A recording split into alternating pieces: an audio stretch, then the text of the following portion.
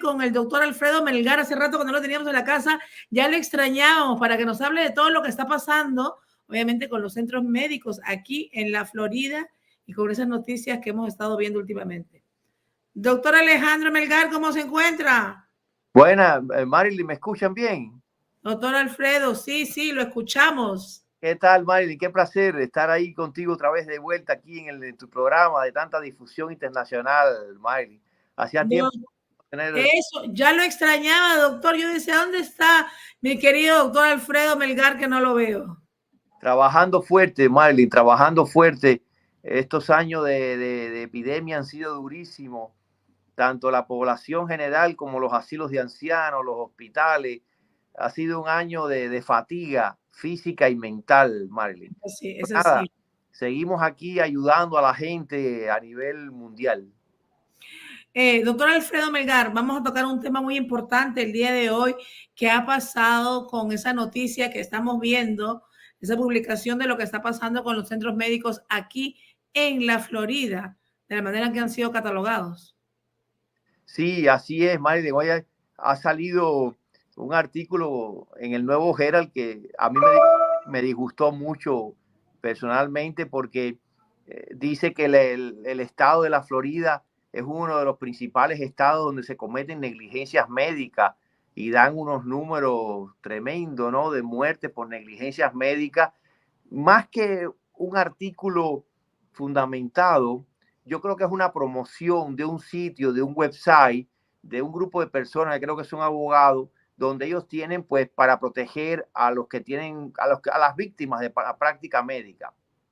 Más que eso, yo creo que se refiere realmente a ese sitio, porque la Florida, Marilyn, no es un sitio así terrible de negligencias médicas ni de mala práctica.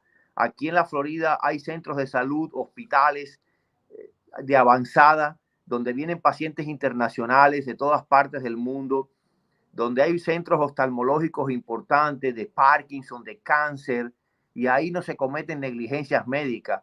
Al contrario, se salvan vidas. Entonces, cuando usted pone así un enunciado en el Nuevo Herald que tiene una tirada muy grande, no solamente ya es en papel, es también digital.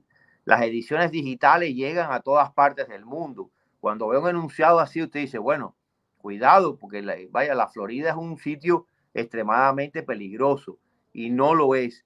Yo personalmente voy a hacer mi escrito y se lo voy a mandar al Nuevo Herald. Y yo voy a poner allí lo que yo pienso que es lo que está pasando. Hay que profundizar un poquito más antes de sacar así un enunciado que cree inseguridad y temor a las personas que nos están viendo. Hay ciertas causas importantes que hay que mencionar, Marlene. Primero, hay que hablar de los centros de cirugías cosméticas. Por supuesto. Los centros de cirugías cosméticas, muchos no son legales. Otros sí son legales, pero usan médicos que no tienen licencia en los Estados Unidos, que no están capacitados. Entonces, como ahora pues se ha puesto de moda hacerse todo tipo de cirugía cosmética que no cubren los seguros, pues mucha gente va buscando en esos buenos precios y no investigan quiénes son realmente esos médicos que están allí. Hay lugares, sí, reconocidos legalmente y otros que no. Y ahí hay un peligro tremendo de que se cometa una negligencia seria que lleve a la muerte. Hay que profundizar un poquito más en eso. Claro. Luego, que sí. Hay otros lugares, Marilyn, donde... Ahora, Alfredo, sí, hablando de ese tema tan importante y que se ha puesto, vamos a decir, tan de moda, por decirlo así, hacerse cualquier tipo de estas intervenciones estéticas, hay lugares donde las personas puedan ver si están de verdad los médicos calificados, porque quizás las personas carecen de esa información y obviamente piensan que porque tiene una clínica o tiene un spa, la persona, vamos a decir, está registrada para poder hacer ese tipo de operaciones o practicar dentro de los Estados Unidos. Claro que sí, es importantísimo, no solamente en los Estados Unidos, en cualquier lugar del mundo. En cualquier lugar del mundo esto puede pasar, donde usted va a hacerse un tipo de cirugía cosmética y está en manos de personas que usted no ha revisado con anterioridad cuáles son sus calificaciones, dónde estudió, dónde se graduó, qué tipo de cirujano plástico es. No puede ser cualquier cirujano que llega y ya, venga, vamos a hacer esto. No, no. Mucho cuidado porque está el riesgo de infección, de sangramiento, de shock y de muerte. Entonces, eso aquí es una causa. ¿Por qué? Porque hay muchas clínicas que están buscando dinero a expensas de esa cirugía que no la cubren los seguros y que son muy bien pagadas. Entonces, ahí hay un factor de riesgo. Lo otro, Marilyn, es que, por ejemplo, ahora mismo estamos pasando por un momento muy delicado en cuanto a empleos. Producto de la epidemia, que ha durado 2 años, se han ido muchas enfermeras y personal de la salud, bueno, a otros trabajos, mejor pagados, con menos estrés, se han fatigado. Entonces, claro, traen otras enfermeras u otro personal que no conoce el sistema de salud de los Estados Unidos, que no está familiarizado con el paciente, y lo veo yo en los asilos de ancianos, no está familiarizado y ahí puede haber un error médico. Y por eso yo siempre he advertido mucho cuidado cuando una persona usted la trae, una enfermera, un médico, el que sea, de otro país, debe pasar unos cursos de actualización, ver cómo funciona la medicina aquí, como lo pasé yo. Yo tuve que estar 3 años en Nueva York, en un hospital, viendo cómo funciona el sistema de salud en los Estados Unidos. Cada país tiene sus características en el sistema de salud. Eso es otra razón por una negligencia médica. Las negligencias médicas se pueden producir por fatiga, por cansancio, por estrés o por irresponsabilidad. También por irresponsabilidad. Si usted se equivocó y le amputó la extremidad incorrecta a un paciente o hizo una cirugía incorrecta, hay que pagar. Hay que pagar por eso y hay que indemnizar a la persona y a su familia. Ahora, abusar de ese tema de las demandas buscando dinero, ya eso es diferente. Buscando dinero, buscando ganancias por cosas que no tienen mayor importancia y lleva a aumentar los costos de la medicina. Porque cosas simples que se puedan diagnosticar, pues se manda estudio, scan, MRI, estudio, para que no se escape nada y eso encarece el sistema de salud. El otro punto importante, Marilyn, es que hay centros o clínicas que buscan muchos pacientes, venga, miles de pacientes. Entonces le pone presión al médico. Tiene que verlo en 10, 15 minutos. Vamos, venga el otro. No. La medicina es muy importante, sentarse con el paciente, examinarlo, hacer una historia clínica correcta, palparlo. No es la computadora, que me siento en la computadora y escribo. No. Palparlo para llegar a un diagnóstico correcto. Si el diagnóstico no es correcto, ese es el primer paso de la equivocación, porque entonces el tratamiento no es el correcto tampoco. Y ahí lleva a otra negligencia médica. Así que no se puede buscar tanto paciente a una clínica cuando usted no tiene el personal para dar una buena atención médica. El otro punto es que aquí permiten que cualquier persona se junten, 2 o 3, creen una corporación y abran una clínica. Y no son médicos. ¿Entiendes? Entonces, eso también es otro factor. Las clínicas tienen que ser dirigidas por médicos que sepan lo que están haciendo y ver el personal que trabaja allí, las nurse practitioners, las asistentes de enfermería, las enfermeras, que todo el personal esté calificado para que nada se escape. Nada, los laboratorios, los resultados, los estudios, la sangre.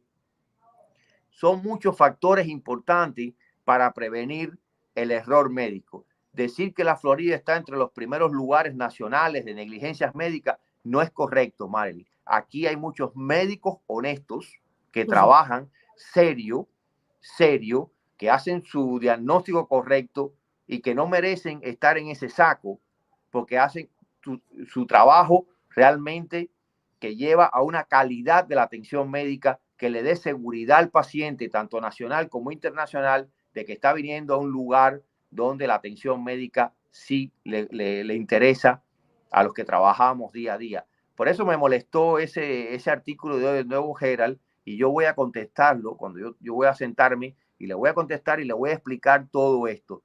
dos punticos importantes, Marley, que le aconsejo a los que nos están viendo.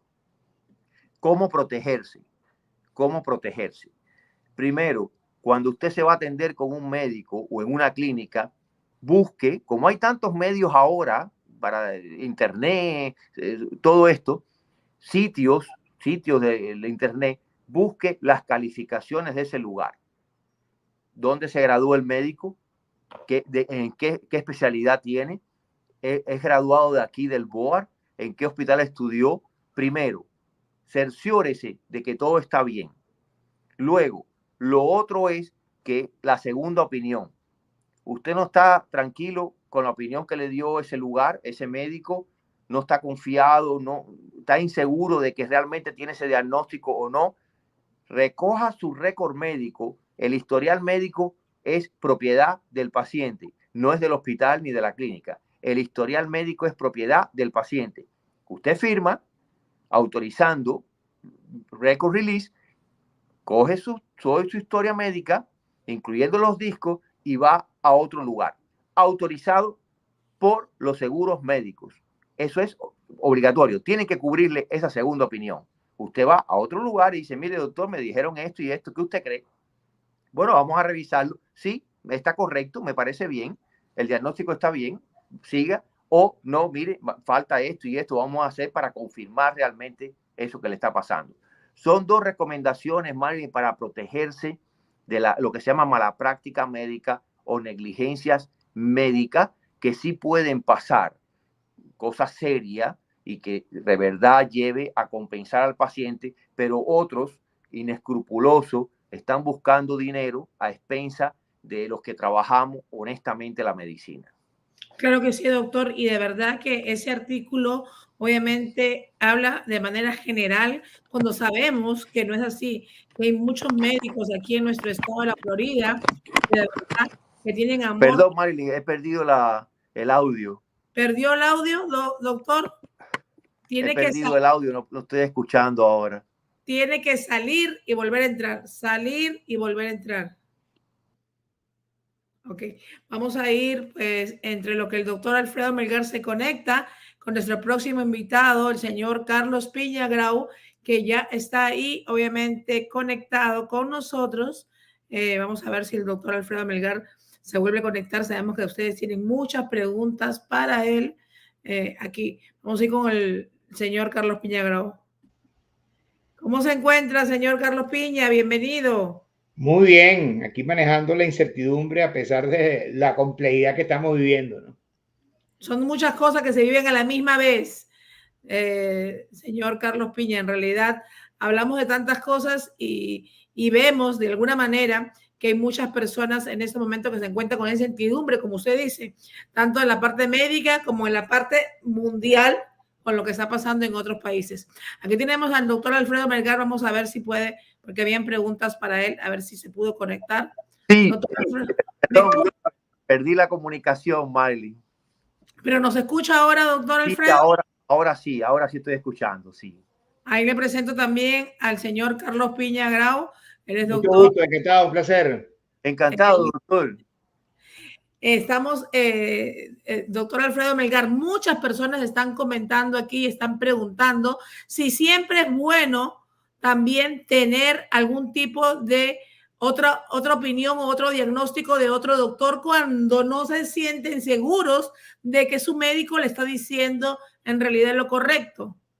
Seguro, Mario, yo lo dije anteriormente y creo que sí, que es un derecho del paciente y una obligación del seguro cubrirle esa segunda opinión.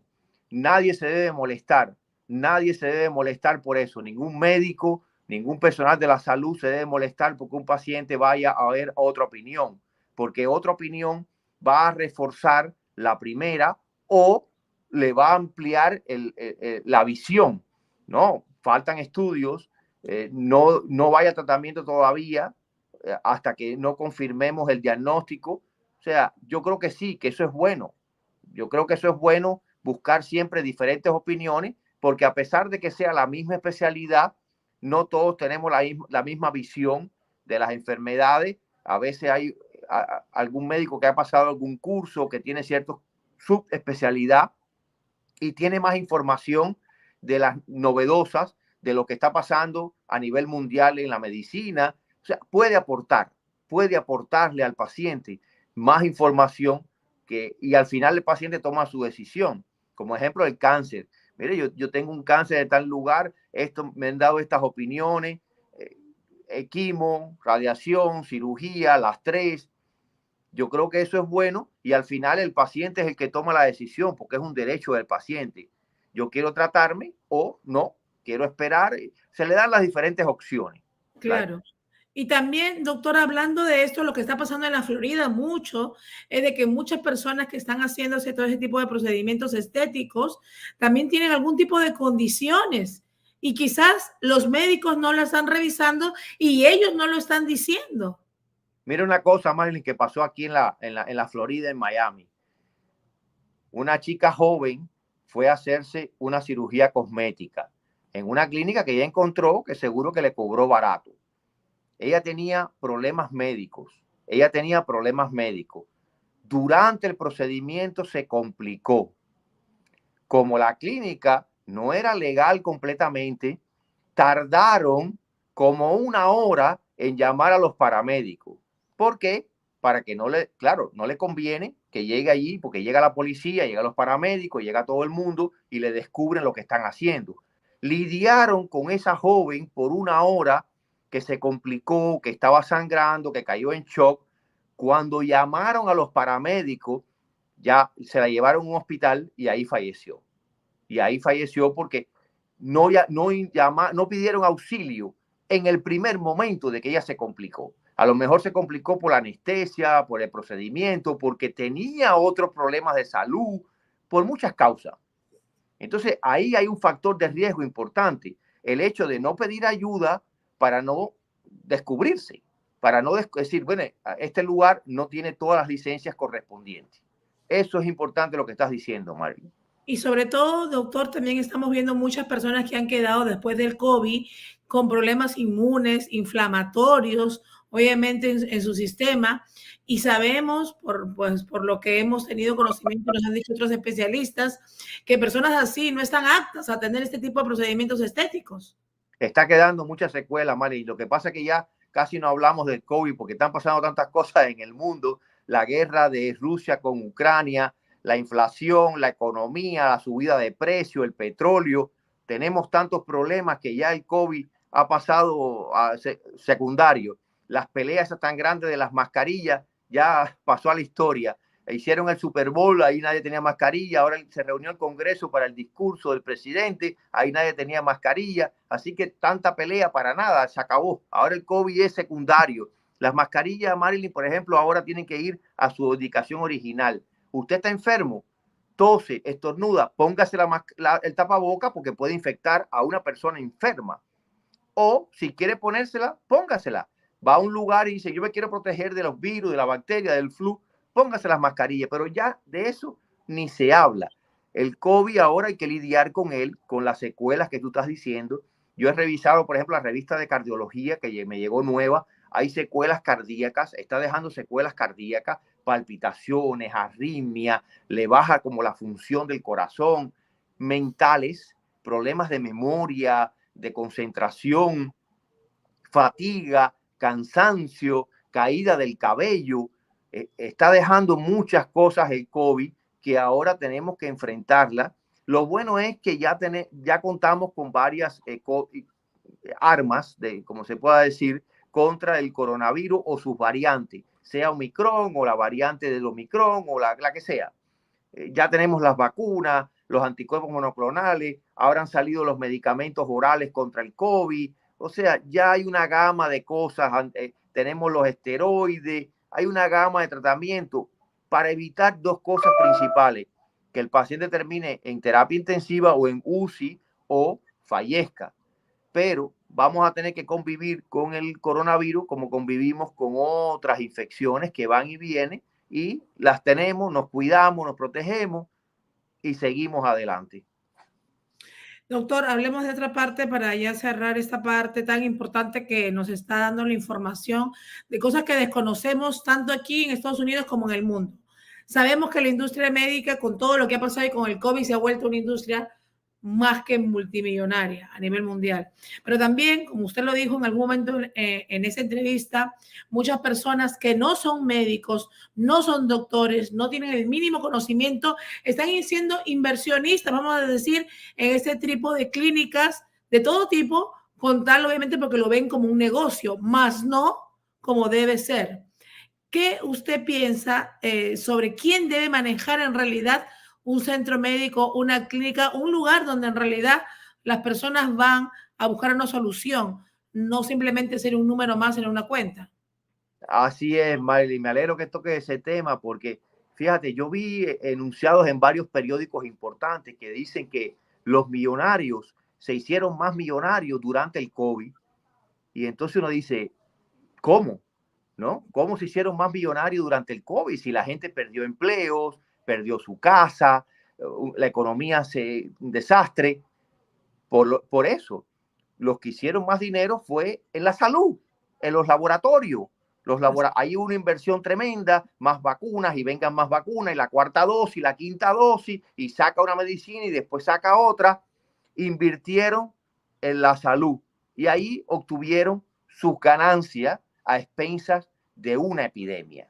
Y eso no es correcto ni es honesto. Y los políticos se metieron a dirigir. Los políticos, la gente de finanzas, dirigiendo, dando órdenes, póngase la mascarilla, no se la ponga, vacúnese, no se vacune, dando las órdenes. Ahora, cierre total, no hay trabajo, no hay nada, así, dando bandazos.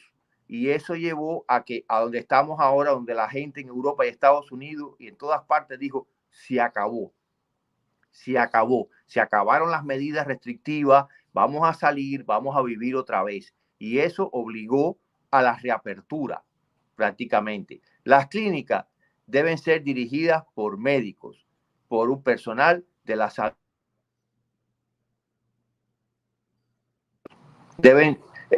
¿Por qué? Porque cuando las clínicas no son dirigidas por el médico, personal de la salud, lo que están buscando es ganancia económica, no cuidado del paciente.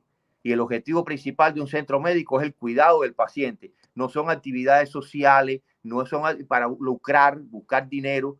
El dinero correcto, el salario de lo que debe ganar uno por el cuidado médico. Para eso los seguros tienen que pagar, porque los seguros reciben todo el año lo que tiene que pagar un cliente, ¿no? Un paciente. Bueno, pues con ese dinero tienen que invertir en gastos de salud y tienen que dárselo también al paciente para su cuidado médico. Por eso es tan importante que las clínicas deben estar en manos del médico, como los dentistas deben ser los dueños de sus centros dentales, ¿no? Igual. Y los abogados deben ser los dueños de sus bufetes. Y los periodistas deben ser los dueños del lugar donde ejercen su profesión. Cada uno debe ser el dueño y debe ser el que dirija sus actividades para evitar esto que estoy diciendo, las actividades lucrativas que son totalmente ajenas al principio de la medicina. Cuidado del paciente para evitar un error médico. Tan importante el tema de hoy, doctor Alfredo Melgar, que estamos tocando, y quizás valores tan simples y tan iniciales, como se saben, se han ido perdiendo por todo lo que se ha movido el mundo con el COVID y todas las cosas que siguen pasando mundialmente. Gracias, doctor Alfredo Melgar, en realidad, por estar hoy con nosotros. Vamos a ir con el señor, el doctor, el gran maestro, motivador, conferencista, estratega, Carlos Piña Grau. Óyale, demasiados títulos. Porque es que es verdad, todo eso lo es usted. Al principio, en lo que se fue el doctor Melgar, lo presenté, pero no lo pude presentar con todas, obviamente, las cosas en realidad y los dones maravillosos que usted tiene, señor Carlos Piña Grau. Vamos a despedir al doctor que ya entró, que ya acabó su parte, su segmento, pero se fue la señal. Doctor Alfredo Melgar, como siempre, es un placer tenerlo con nosotros en el programa. Nosotros más que felices de tenerlo aquí. Ojalá que no se nos pierda y venga más seguido con nosotros a estar por aquí, porque aprendemos, orientamos a nuestra comunidad latina que a veces vive de esa desinformación, y sobre todo pues necesitamos darle la mejor información veraz y no esa información que a veces fluye en medios como el que usted amaneció esta mañana y encontró noticias donde hay medios en realidad que viven y aman su profesión y su único objetivo es salvar vidas cada día. Así es, Maile, muchas gracias y mi afecto, mi agradecimiento a todos tus seguidores que estuvieron allí con nosotros el año entero y el año anterior, y yo espero que mis recomendaciones, mi protocolo les haya servido para salir de esta epidemia tan terrible que nos ha causado tanto dolor. Y un abrazo muy fuerte a todos. Gracias, Marley, por la invitación. Ahí están los números en pantalla del doctor Alfredo Melgar y también donde pueden ir a visitarlo al centro médico. Ahí está en la dirección y los teléfonos donde pueden llamar para cualquier consulta. Doctor Alfredo Melgar, que tenga un feliz fin de semana y muchas gracias por estar con nosotros. Gracias, bendiciones a todos.